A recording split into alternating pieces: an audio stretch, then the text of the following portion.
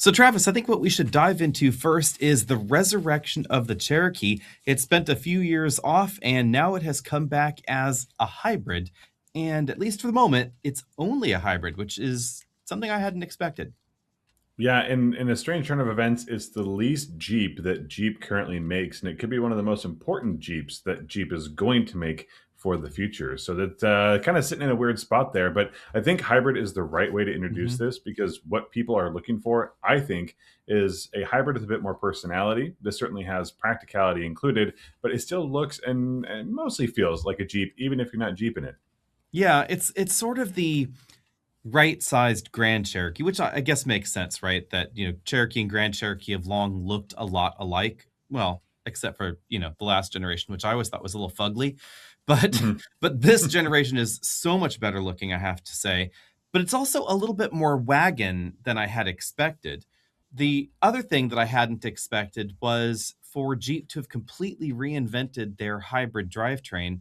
For those that don't know, the hybrid system's design is a planetary power split style system. So the same fundamental design that's used in the Ford Escape hybrid that's sailing off into the sunset, the RAV4 hybrid, most notably in the US, and of course, the Chrysler Pacifica hybrid. So this is not Stellantis's first trip down the planetary power split lane, but it apparently shares nothing with the Pacifica plug-in hybrids system other than the design philosophy. And I think that's probably a good thing that they're going a slightly different direction. And then obviously the output in this and the engine attached to it is very different than what we got in that Pacifica to begin with. So it is a big step for Jeep, and especially the things like the packaging of that battery. It is one of the smallest batteries you're going to find there, but that helps when Mhm. it comes to terms things like internal volume. And even though it is a bit wagon like, there is still a bunch of space in here. Yeah, I think wagon like is actually a good thing in my book, at least.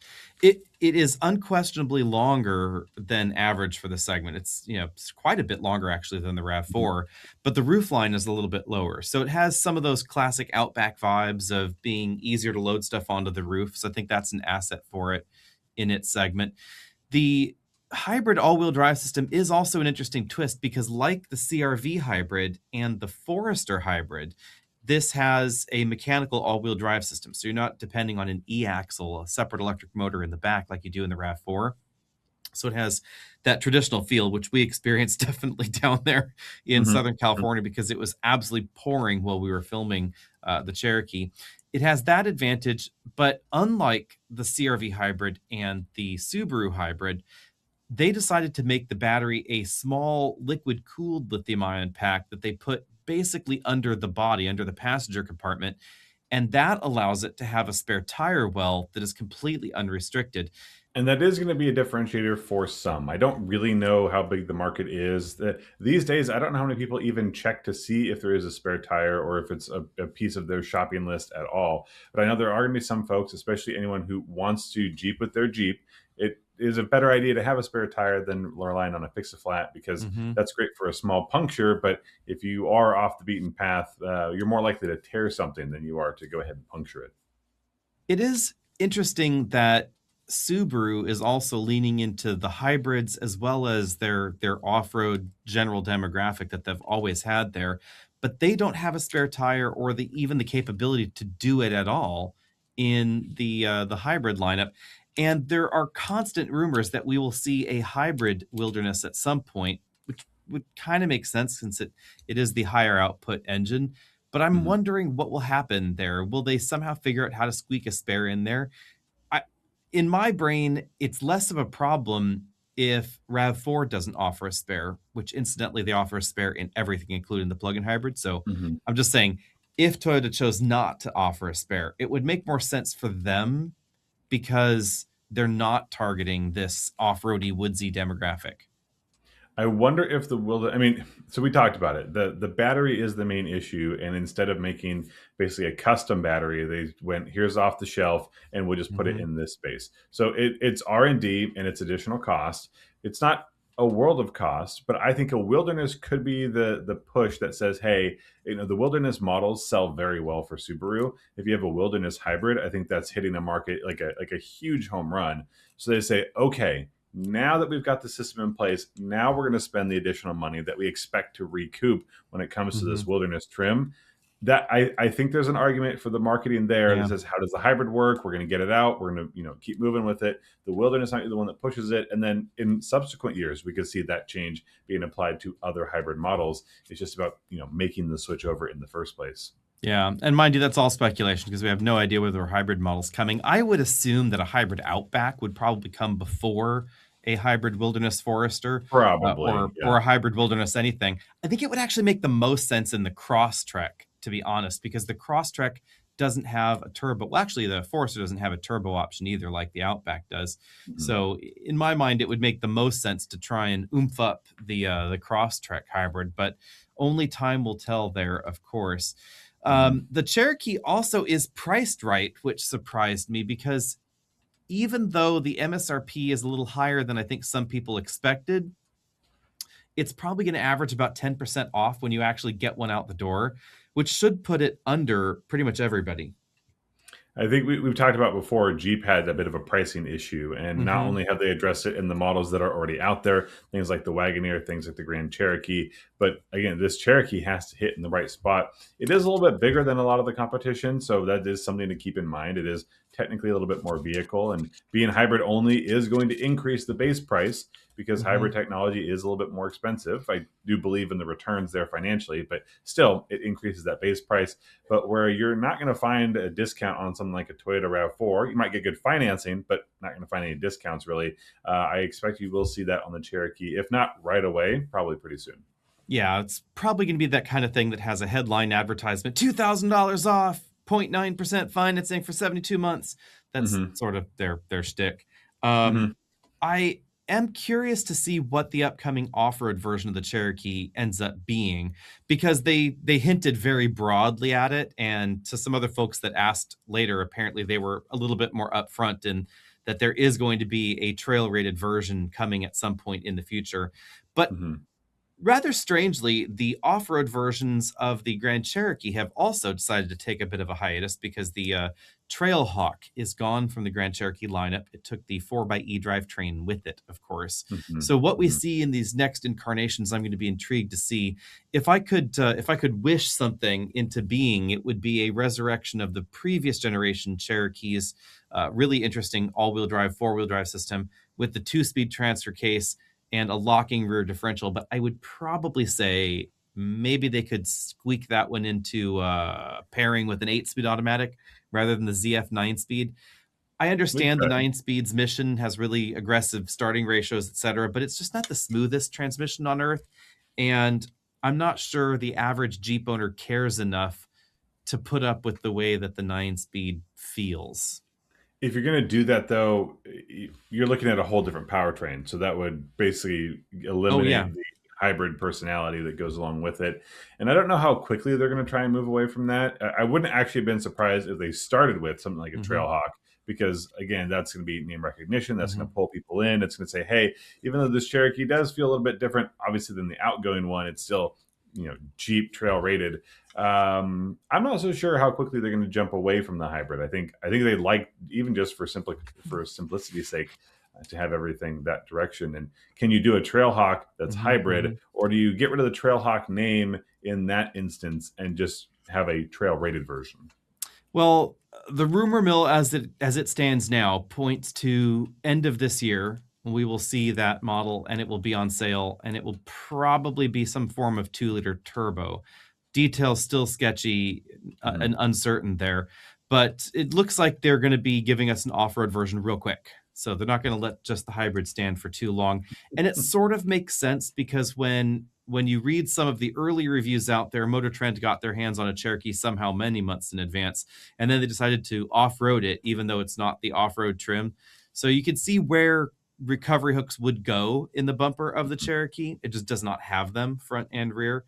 And they decided to take it off road, and then they complained about the skid plate not being a skid plate. It was a fabric panel, blah, blah, blah, blah, blah. It's like, well, this is the efficient model. This is the hybrid one. Jeep never Right. said it had a skid plate, etc. So it was not meant for that kind of bashing. It was just an underbody aero panel. The question will be, what does that next one look like? Because this one Hmm. has a little bit less than average on the ground clearance side in this segment. future Trailhawk version of the Cherokee would probably be somewhere around 9.5 in order to compete properly in the segment. But it is Yeah, interesting that it's not Grand. it's not gonna get an air suspension or anything like that. That'd be No, it seems way out of league. unlikely. Seems Yeah. like Grand Cherokee's alone in that front. And the speaking of Grand Cherokee, it is interesting that again, its off-road model took a hiatus, and Mhm. now you have basically Overland's personality blended into the limited trim with an optional package, but not with the off-road bits that we used to find before. So it appears that we're waiting for the next group of Grand Cherokees to drop, which is probably why they didn't talk too much about it. This is sort of, hey, there's a new engine. It's basically a replacement for the old 5.7 liter Hemi, Mhm. only way less than half the displacement and half the cylinders. And Mhm. then coming at some point, there's going to be a more off-road capable Grand Cherokee, and the rumor mill is that the Hellcat will return as well. Yeah, I'm curious, between the Cherokee and the Grand Cherokee, what 2-liter engine it would be getting. Is it gonna be the new Hurricane 4 that we see in that Grand Cherokee? Mhm. Or is it going to be easier to drop in the last year's model? But I expect these Mhm. Hurricanes have been in development the same timeline as that Cherokee has, so I would Yeah. expect that we see that one carried over, but, we'll have to wait and see. That's the rumor, is that it will be the new Hurricane Turbo, but most likely not producing the same horsepower and torque that it That does would in be the a Grand lot. Cherokee, That'd be a because lot. yeah, transverse transmissions generally can't handle that much oomph. So that's an interesting pairing there. Before we Mhm. move on to our next topic, though, let's dive into viewer comments and questions. We have a whole bunch actually coming through this time. So, again, if you have any comments or questions, we prefer the voice memos. Those are always fun. You can Yeah. just record one on your smartphone, email it to hey@autobuyersguide.com. That's HEY@autobuyersguide.com. Or you can use the regular old telephone, give us a jingle, 669-842-1947. That's always easy, and leave us a voicemail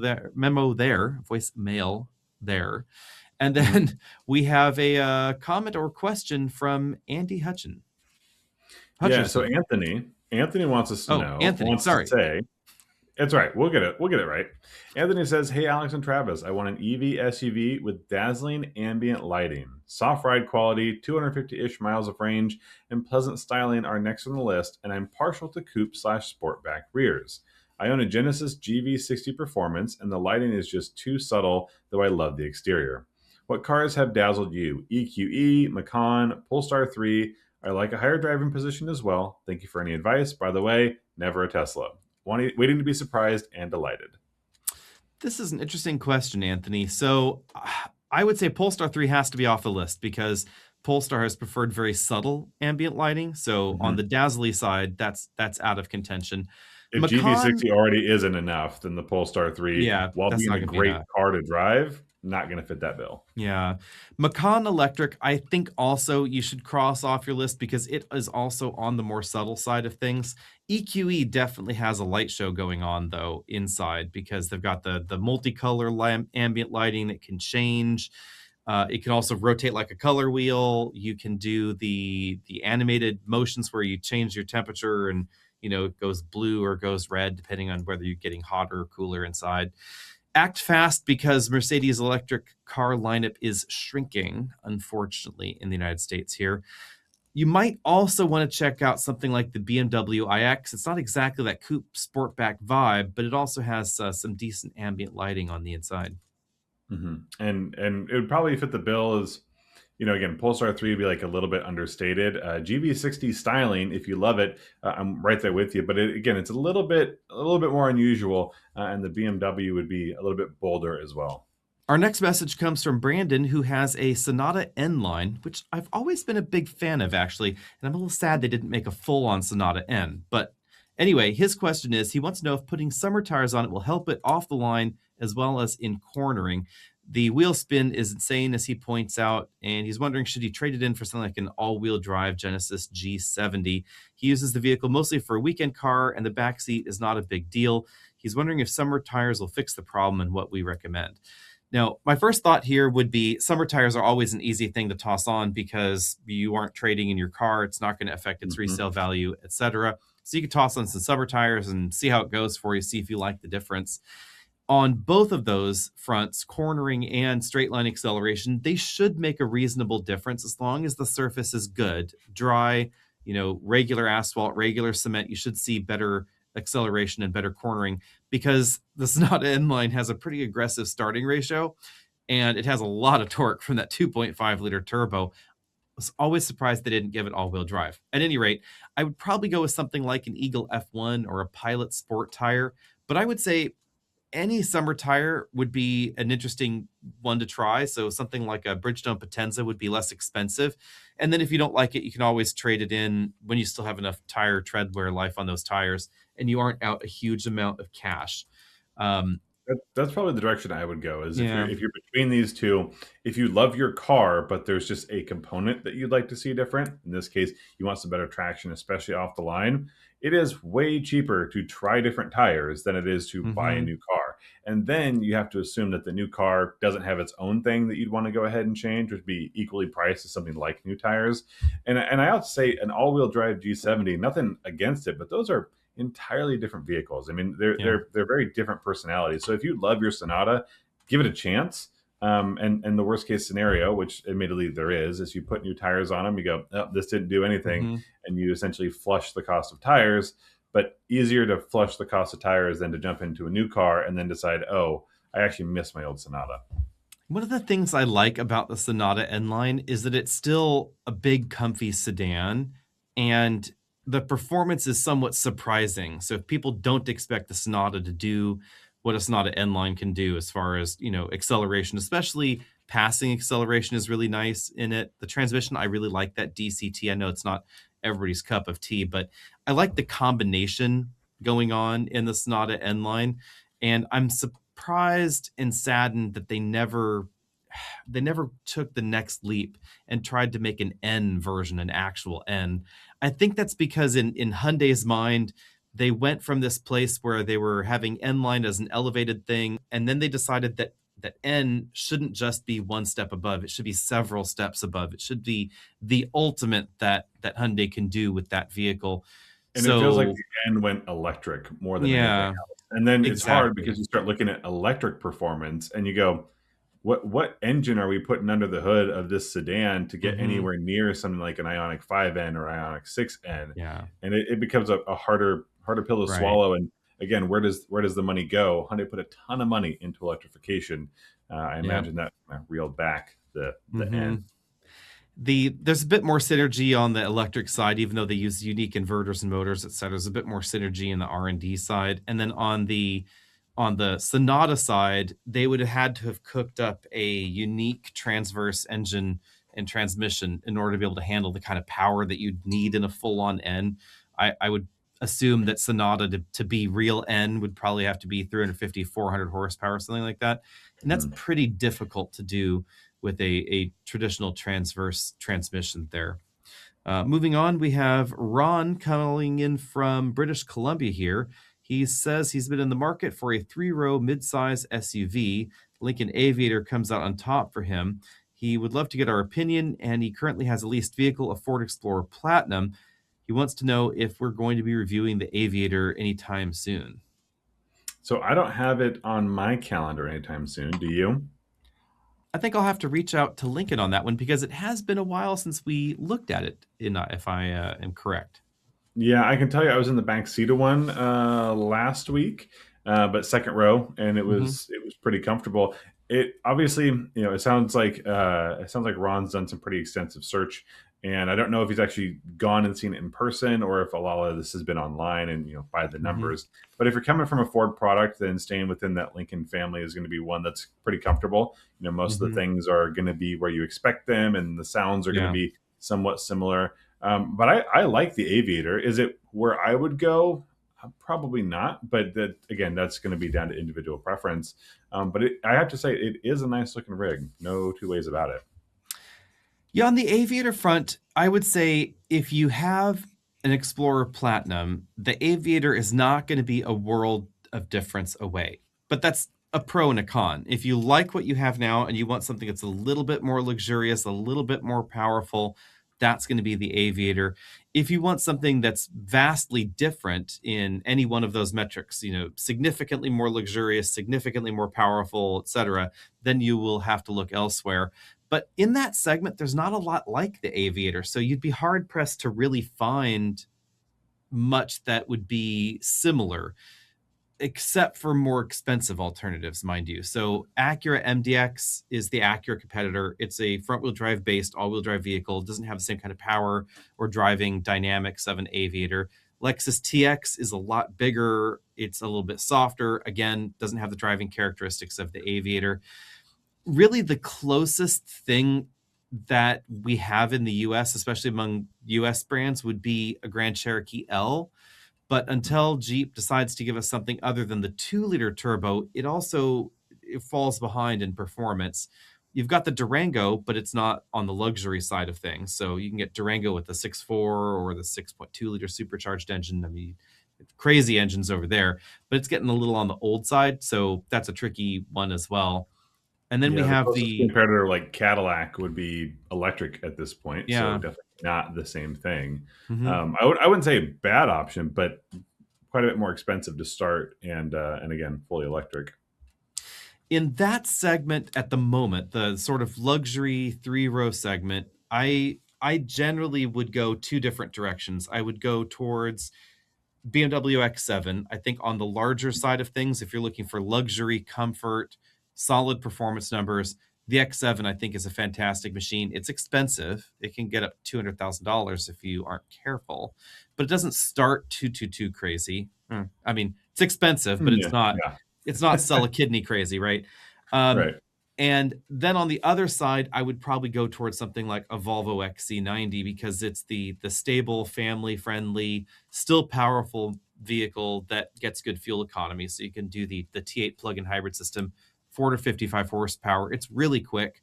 It is faster actually than any version of the Aviator, but it's got a very different personality and obviously a very different dynamic. Yeah, the XC90 was kind of the one I was thinking is roughly right size, but an entirely different personality. I Hmm. don't think it's as dolled up as you get in something like a Lincoln product. Pro or con, leave that Yeah. one up to you. Nice finishes and an attractive look, but you're gonna have Mhm. you're gonna have more flash within that Lincoln. Yeah. I think the Volvo is a little better done. It's a little more subtle, but the quality of the wood and the leather and the assembly quality, et cetera, is generally going to be higher. If you're the kind of person that's offended by part sharing, the Volvo doesn't share parts with any mainstream brand, although I don't think that's a problem with Lincoln. That's Hmm. something that some auto reviewers complain about for the American luxury brands, and then they forget that Audi and Volkswagen share a Of great course. deal, and that Mhm. my Durango still has window switches and shifter and stocks from a Mercedes, etc. It's like, well, they were, Lexus and Toyota, and yeah. yeah. If it's okay for them, then it's just fine for Lincoln. I don't understand the problem. Moving on, we have Jonathan here who is ready to upgrade from a 10-year-old Volkswagen Passat, and they have a Mazda CX-5 that feels too small. They are looking for a family car, one kid, and a big golden retriever. They want to do daily commuting, 25 to 30 minutes, and they want to plan road trips for yearly use here. They live Mhm. in New Jersey, so there's a mix of highway, local roads, wet weather, rain, snow, and they are prioritizing reliability, comfort, and value. Cheaper the better, they say, are the biggest priorities. They would love to hear, especially our thoughts about Pilot, Passport, Pathfinder, and Enclave, which is an interesting grouping. Well, I think we have to immediately eliminate the Enclave because it doesn't start with a P and all the other ones do. So it seems like an outlier there from the start. But we're going to get back to the question. Can I talk about the CX5 for just a second? Mhm. Because we drove that last week. And while it does feel a little bit too small for the one you have, it has gotten an update. And especially in the rear, there is quite a bit more room. I mean, a few inches, but I think that really does add up. The only downside with that new CX5 is there's only one engine. It's a Yeah. carryover from what they had. It's the base engine available in the CX50.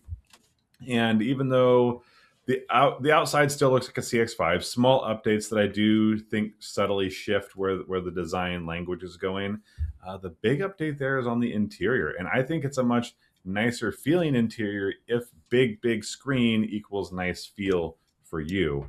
And I have to say, the downside of the big screen is that's where pretty much everything is. Buttons are sparse. And for some folks Mhm. like me, I can make that work. Right now I have a Tesla and it's only got one big screen and pretty much everything is on there. But if you like to fiddle around with things like your climate controls, this is going to be a little bit irritating unless you, and I'm going to say, hey, G, so I don't activate everybody's smart assistants. But it's got Google built in, so you can say, hey, G, change the temperature, but you can't say, at least that I tested out in the moment, change where the air is blowing and make it on the windshield and your feet, right? It's not that conversational. So, a good update, I think, for Mhm. the CX5, only one engine. There are going to be more on the way. But that's all I got for the CX5. What they have now might be a little bit small. The one available now, which Mhm. probably isn't what they're looking for. They're going for bigger. Should be a little bit more comfortable. Yeah, it's definitely not getting you up into that Honda Passport size category. Or I will Pilot say as a third I row. like the thought of the Hey Google connectivity, but it doesn't do everything as you mentioned, and it's not a differentiator. It's sort of this one of these check boxes. You got to have it because everybody else Mhm. has it, and now Mazda's doing the big push because they didn't have it before. Yeah. Um, the the CX5 is interesting because it feels a little placeholdery at the moment because it's an all new CX5 with a lot of interesting stuff, but the engines clearly weren't ready yet. So they're Yeah. launching with ye olde 6 speed and the 2.5, which I'm not the biggest fan of that pairing anymore. It's just feeling a little on the old side. And the Yeah. guess is that next year we should see the hybrid, although there have been some rumors that maybe it would be pushed till late 2027. I hope that's not the case. Mazda did say that and I believe them in this instance, right? Now that they lie to us, but they said a vast majority, we're talking 80+% of the CX5s people purchase are going to be that engine. So if you're making big changes, it makes sense to Mhm. obviously release with the most popular engine, and it is by a wide margin. But the argument there is because they don't have something like a hybrid available. So that one would, I think, pretty quickly take a huge chunk, a lion's share at some point of the engines that Mhm. people select. But that's CX5. Back to the ones available: Pilot, Passport, Pathfinder, or Enclave. I do think the Enclave is an outlier here because Mhm. it's big. I mean, that is quite a bit bigger than you find in something like a Pathfinder Mhm. or a Passport. Nothing wrong with it. There's a lot of room, but probably more room than you need with one kid and a big Yeah. golden retriever. On the comfort side, though, it does do very well. So I would say if you, depending on where the golden retriever is sitting in the car, if that third row is folded all the time, you have a big kennel in the back. You've got the room for that. If the dog's not in a kennel, you still got a lot of room for luggage and the dog and the kid and everything in Enclave. I don't think that's so weird there. I would probably skip Pathfinder. It's getting a little on the old side. If you're worried about reliability, you're going to be basically stuck with focusing on the Japanese brands or the Koreans would be my recommendation there. So on the value front, I would look towards something like Kia Sorento. Probably the Kia Sorento hybrid would be a good fit right now. You Mhm. probably could also get a screaming deal on a Highlander coming soon because Highlander is sailing off into the sunset if you don't mind an older design because it's being replaced by a 3 row electric vehicle here in pretty short order. So it does appear that general interest in the regular Highlander has dropped, and therefore that could be the value proposition there. Pilot, I think, is a solid option, and Passport, I think, is a really, really solid option. I love the look of the Passport. It's really practical in the big cargo area in the back, very square and upright back there, which I really appreciate. But Passport and Pilot feel a little bit behind on the tech side of things. So if you want bigger screens, flashier screens, that jazz, then you might want to look towards something else. Yeah, I have to say, between the Pilot has gotten closer to the Passport. So for 26, those updates make it not as far behind. The Passport took a big leap Mhm. in styling and interior updates. But between you and me, if you had one kid and a golden retriever, I would probably skip the third row altogether, and I'd say, give me the extra room, and Mhm. I would go something like a Passport over the Pilot. Not that there's any wrong way to go. Having a third row doesn't hurt, and they're not too different in the overall size. But I have to say, I do like what the Passport has to offer. And if that's not the direction you wanted to go, Sorrento, I think, is a good right size fit, but you could also look at something like a Telluride. Mhm. The Telluride and Palisade depends on how big you want to go, of course. So since Mhm. you've mentioned Passport and you've mentioned, Enclave, obviously we got multiple different size categories going on here. I think I think the Palisade is the better looking pairing in the Korean Twins. I liked the last generation Telluride more, and I like this generation's Palisade more than the Telluride. But the hybrid system looks like a pretty decent win there. The fuel efficiency is not as great as I thought it would be, but it's not great on the Grand Highlander in comparison either when we're talking about the hybrid max system. Um, Grand Highlander regular hybrid's also a good win, but it's big. So depending on how big you really want to go there, that should tell you what direction to go in. You the whole 2 row 3 row thing is a weird and interesting debate. I totally understand the desire for the third row because even with just one kid, Hmm. what if the grandparents want to go with you? Right. Then it's a lot easier in a 3 row to do that than to try and squeeze even three across a big bench seat in the middle And the seats with just child fold down. seats. It's not the end of the world. Right. It might technically cut into a little bit of cargo space, but Yeah. not immensely. I also noticed that, funny enough, in a very competitive segment, the four options put in front of us each only have one engine available. Three of those being a V6, the other being a turbo four. So no hybrids actually listed here among that Hmm. bunch. Yeah, I would really recommend some of the hybrids in this segment because you are going to notice a big difference, especially on the daily commuter front. If you're driving, 30, 40 miles a day, something like that, or even longer, I'm assuming your 25 to 30 minutes is one way there. So you could be, I don't know, Mm. 50, 60 miles a day. You are going to notice a pretty decent difference in fuel economy in the long run if you try a hybrid option. If you're worried about the sort of wet weather snow side of things, then look towards one of the hybrids with a mechanical all-wheel drive setup. So something like that Sorento or the Palisade or the Telluride, those are the larger vehicles that have a mechanical all-wheel drive system. The Toyota hybrids have an e-axle setup. So they're still going to get you down the road in some of those conditions, but if it's slightly trickier than that, the snow is a little bit deeper, or you just want a more traditional feel when you're in inclement weather, then you might want a mechanical system. Yep. Next up, we have something from Lindsay here. This is more of a comment here. On the podcast, we asked about plug in hybrid drivers, and he is pointing out that up until recently, California highway drivers were allowed to use the HOV lane if they had a plug in hybrid or an EV. And this, he thinks, is a perfect example of why perhaps the Outlander plug-in hybrid was A, popular in California, but also why he thinks that maybe plug-in hybrids are not plugged in meaningful numbers. The tricky part with that in California would be the demographic who's buying the plug-in hybrid. They would be the single-family homeowning demographic by and large. It's a very big peak right there when you take a look at who's buying cars and where they live. It's a huge percentage is single-family home owning, suburban dwelling, etc. We're talking, high 80% of buyers fit this demographic, and they're the kind of people that could plug in, but they're also the kind of people that are probably, if they're buying this as a commuter car, they're probably also thinking of the cost of operation. So I would argue that they would actually still be pretty likely to plug it in because they'd be lowering their costs versus the relatively high cost of gasoline in California. Yeah, it's an interesting question essentially posed here is I think this goes this direction. I would not be surprised if we find some of the higher end luxury options, not just in affordability, but folks saying, Hmm. I'm going to get this, I'm going to spend the extra money because a plug-in hybrid is more expensive.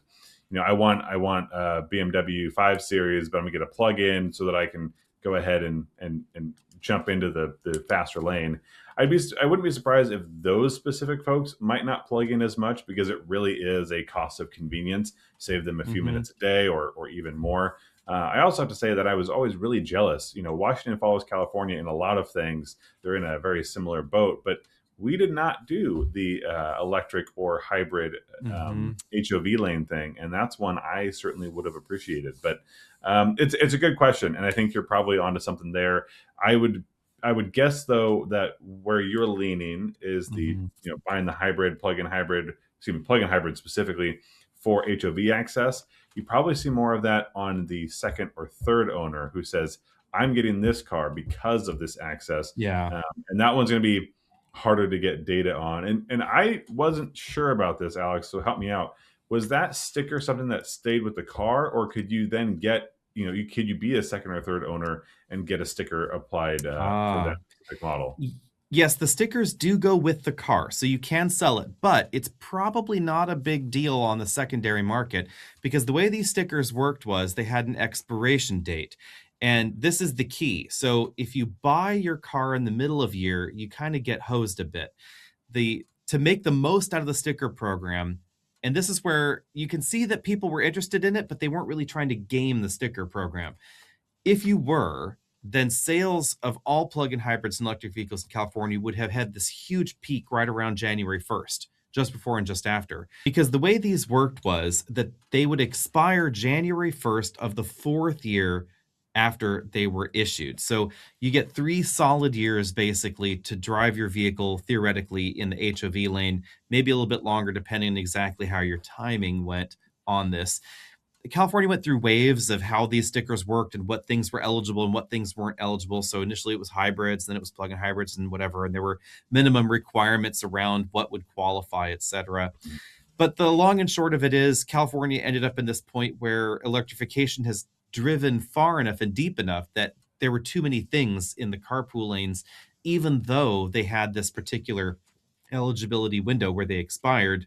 Right. But I think also on a humanist liberal front, it ran into other headwinds in California as well, which is when you think about this, this is really yes, it's fostering the adoption of EVs and it's helping push them out, but it's also helping foster plug-in hybrids that maybe you're not going to get plugged in their second lifetime. It's a problem down there too. But Hmm. it's also a massive handout to the wealthy because you have to be able to afford a new car every 3 years to keep up your sticker. So you're buying a new quote unquote commuter car to Hmm. access the HOV lane. And that Hmm. kind of goes with the somewhat discomfort that people have around the fast track lanes where you can pay to go in the HOV lane. So it's HOV for free, paid access for people that aren't HOVs.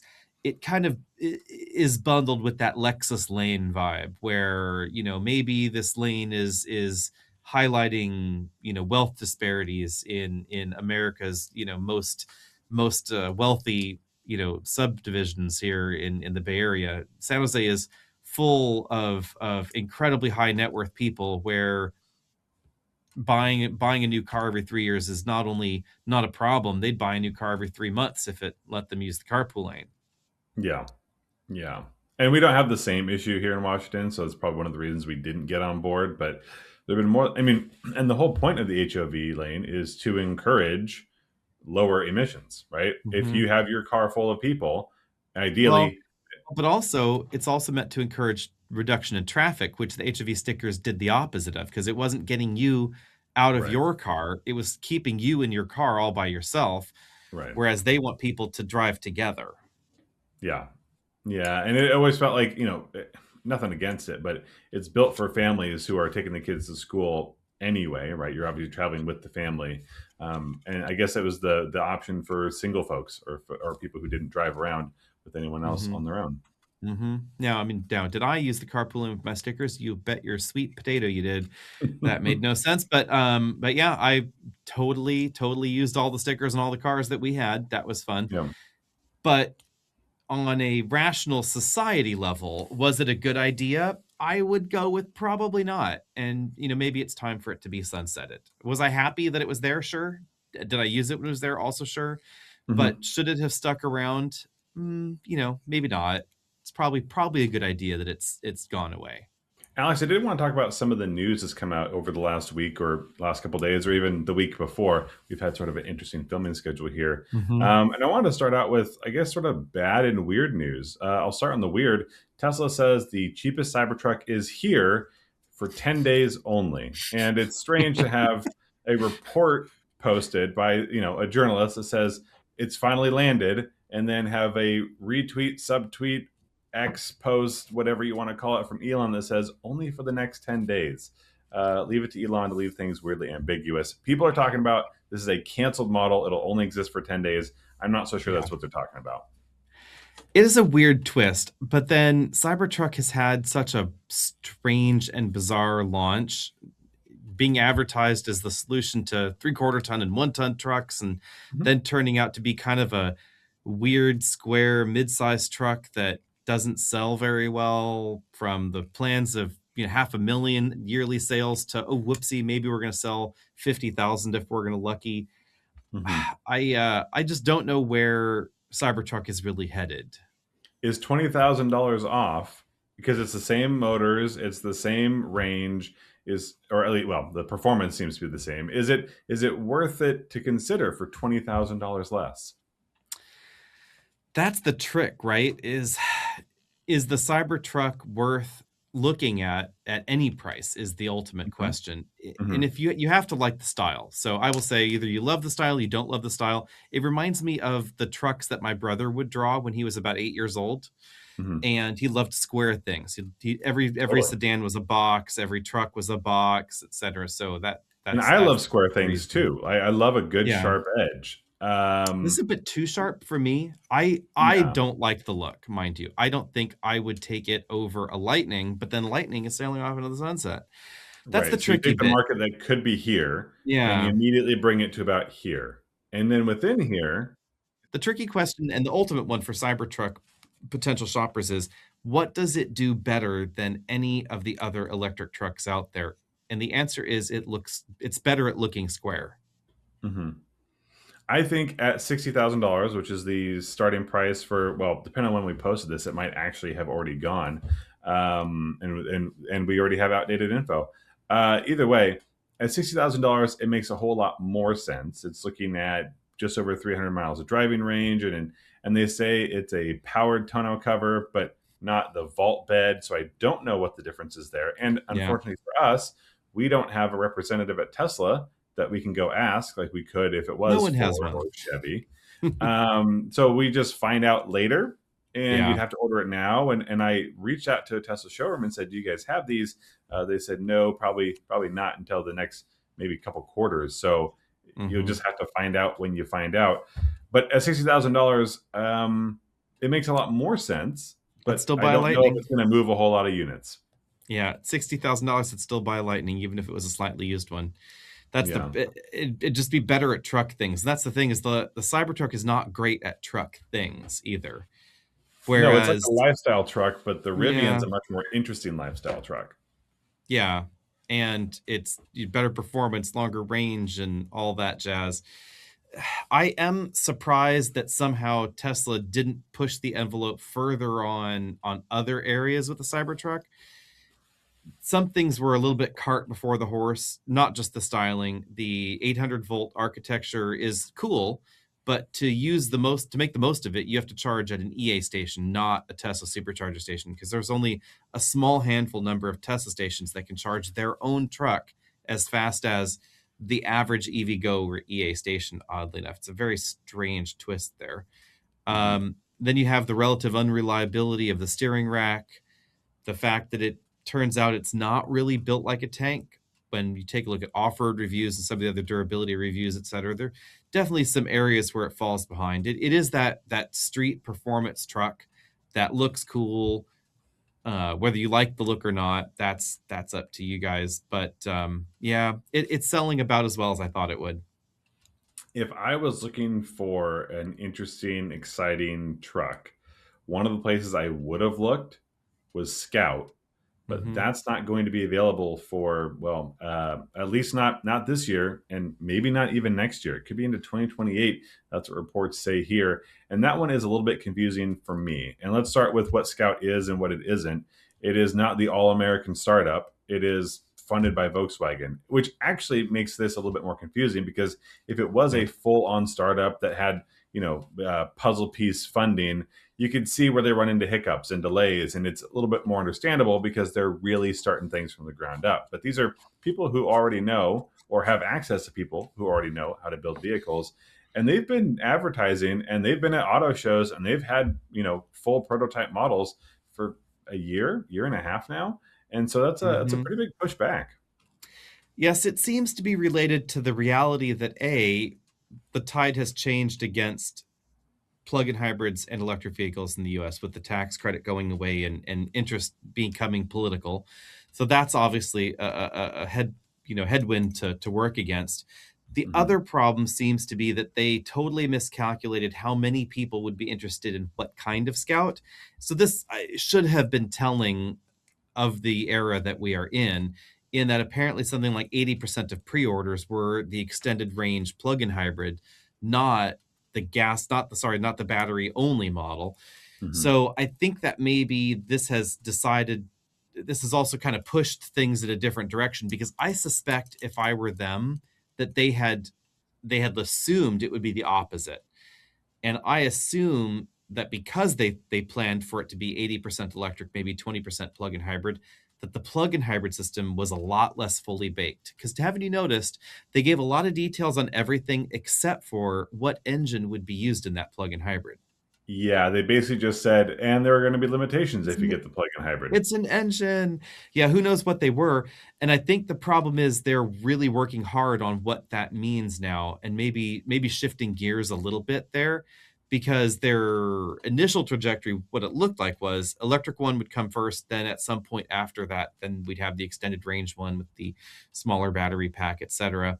Mhm. And I think that as a result of this shift, obviously some of their demand and production stuff's going to have to change around, but I think maybe they had to hit the accelerator on the development of that extended range drivetrain, either actually finishing it where maybe it was pushed off into the distance before, or changing it because of this new reality where more people are going to be interested in it. So maybe they're going to have to make some changes so that way there are fewer limitations, whatever those limitations might be.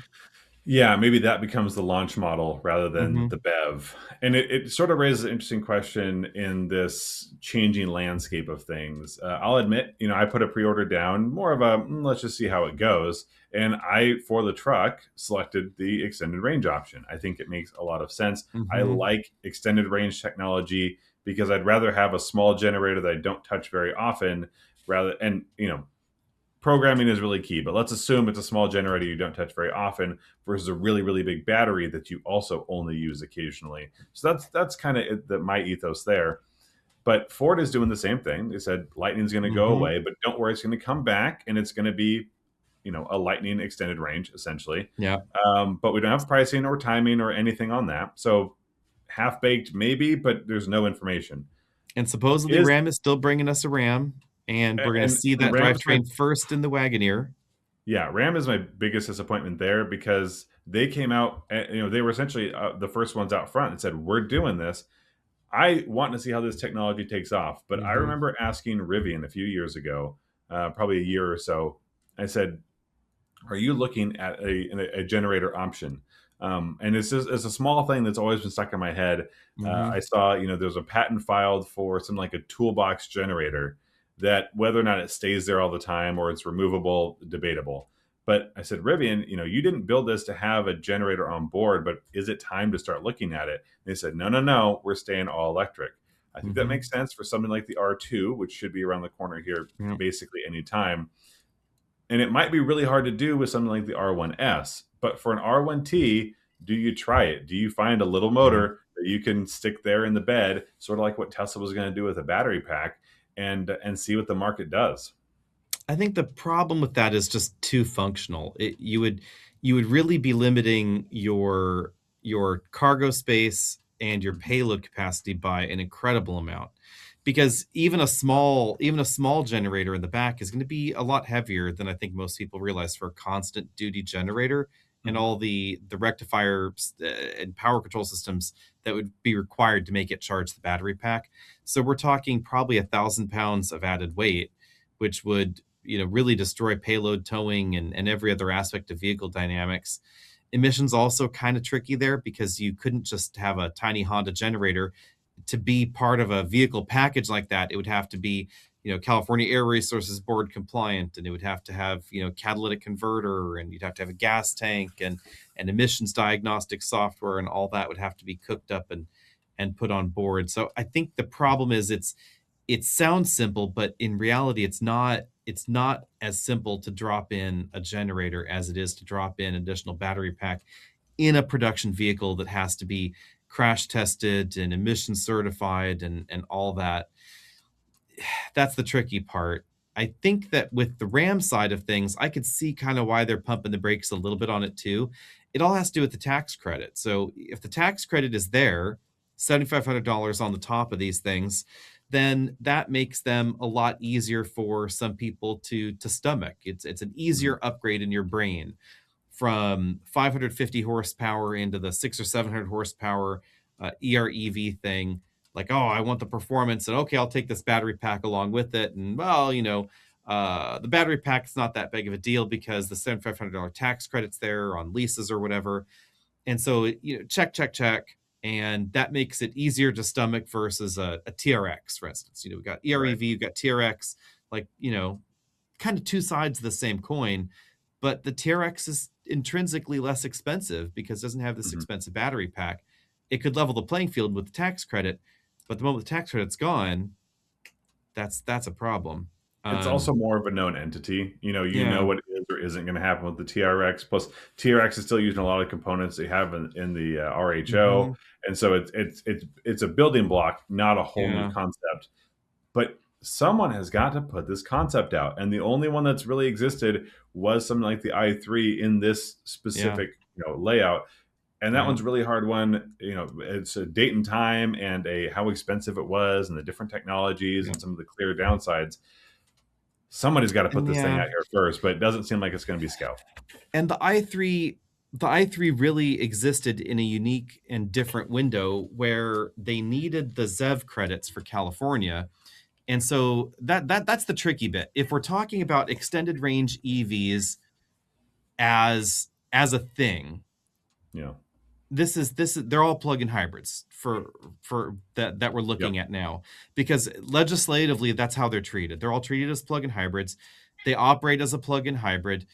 The difference in the i3 and its particular categorization was that it got credited as a full electric vehicle by the state of California. So it counted as if BMW sold one full EV, whether it had an engine in it or not. And Yeah. that's because of that RevX categorization in California, which required the tiny gas tank. And I Yep. don't think that would really work with the pickup truck side of things, where they're like 100 miles of EV range, 95 miles of gas range. Everyone would be like, what the fuck's the point? Like, how does Yeah. that make sense?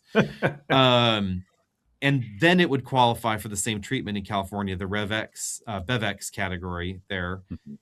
As it is now, though, whether it's a serial hybrid or parallel hybrid, it's still a hybrid by every definition, and it has a plug. So therefore, it is a plug-in hybrid.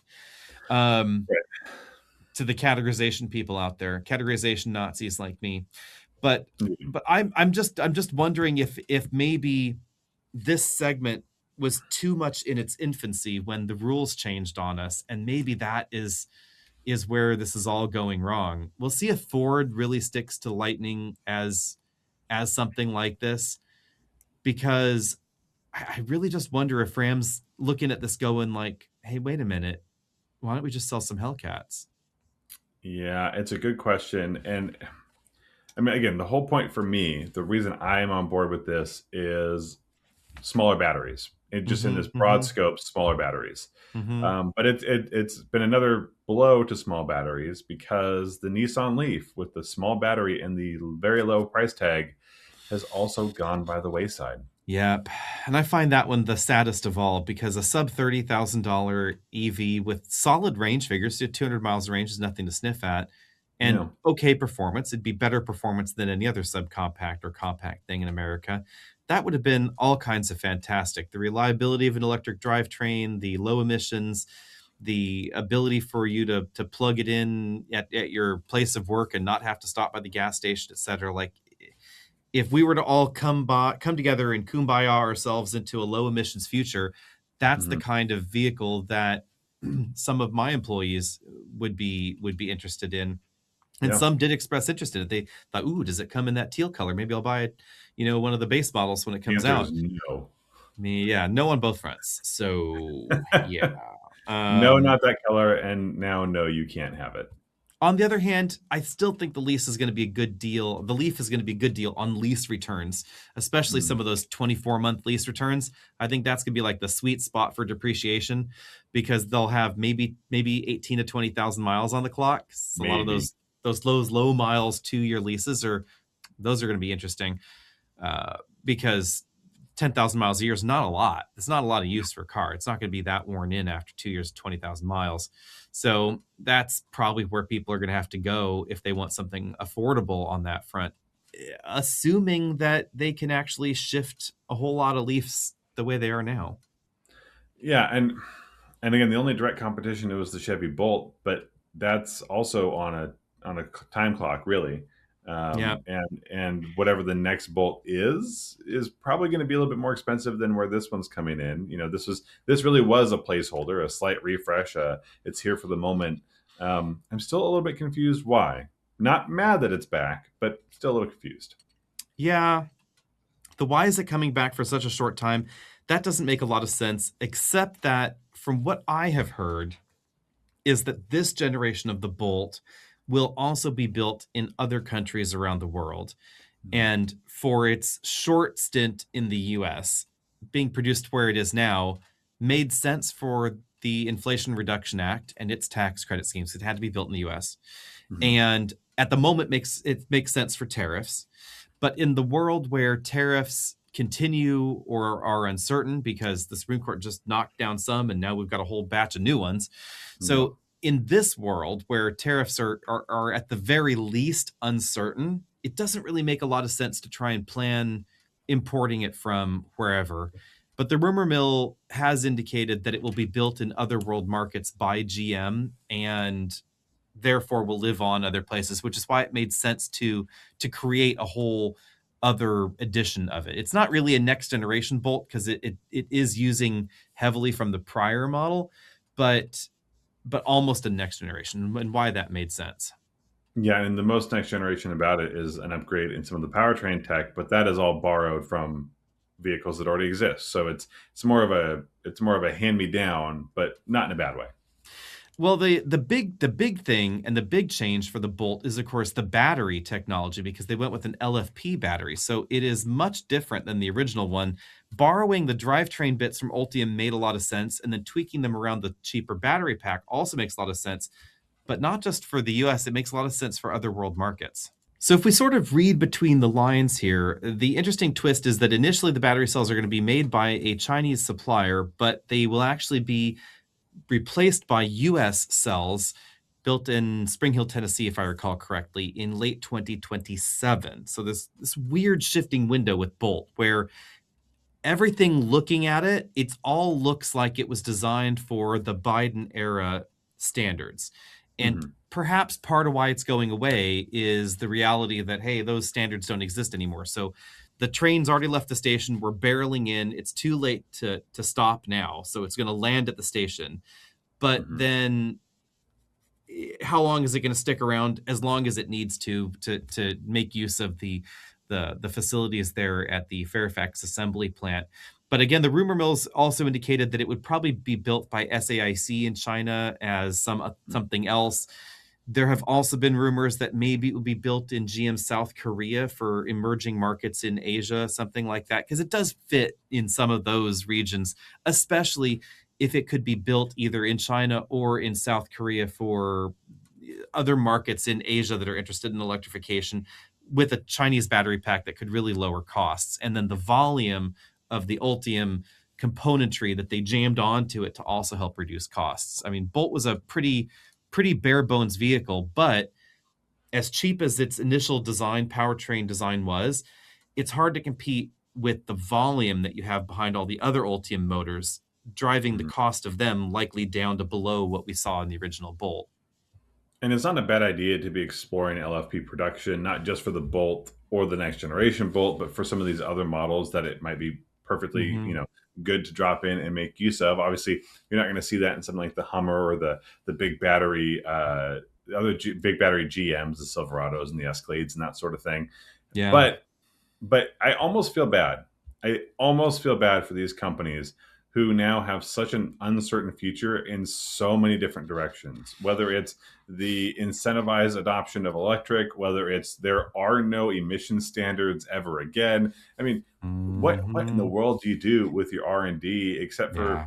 maybe pull back some of the more, You I don't know, start writing ambitious off your projects that R&D you've had? costs. Yeah, start Yeah. flushing that off and go, well, that's why we see every manufacturer having massive write-offs here. It's not that the electrification initiative lost them the billions of dollars they wrote off.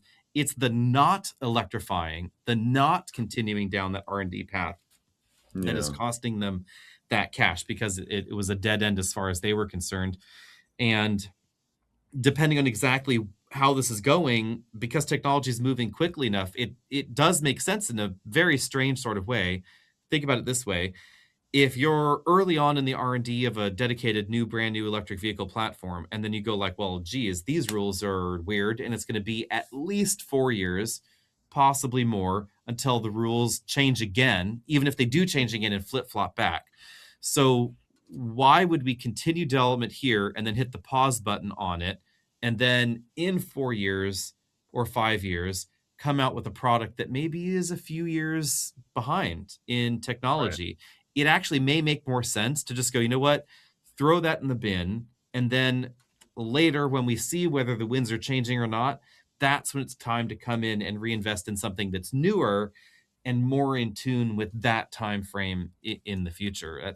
That seems to be what's going on there. But in the world of uncertainty, we have not seen a dramatic onshoring of anything here. It No, hasn't you can't. changed. You shouldn't. Yeah. And Yeah. in a way, we've seen the exact opposite, because we saw a dramatic onshoring of battery assembly and battery component manufacturing, et cetera, based on the tax credit scheme and its particular incentive structure around who got the tax credit, and mineral content and sourcing content, and excluding China from all those production pipelines, et cetera. We actually saw that created battery plants in the US, and it caused manufacturers like Volvo and Polestar to decide to build a model in the U.S. It caused Hyundai to invest dramatically in Georgia. And now what happens to some of those plans, we don't know, but it doesn't really make sense for them to continue in the way that they were. Yeah. And unfortunately, we probably won't have everything answered before next week's episode. No. But until then, drop us a line. Always hit us up at the Apple Podcast app and give us a review, because we have only 63 ratings over there. And I would love to see that be 100 before this summer. Could we hit triple figures? I don't know. I don't know. But I you could believe we always, can. has Travis even gone in and reviewed himself? Travis really isn't an Apple person, but maybe that's what I put on my to-do list before the Travis next is episode. bringing shame on this entire operation. I listened to it via Spotify. Deep, deep shame for not Yeah. even the low-hanging fruit of reviewing himself. What Travis are you can't going to even do? give himself 5 stars. Well, that's a deeper issue that I talk about with a therapist, and that's something that we'll have to discuss on a later episode. And with that out of the way, we'll see all of you next week.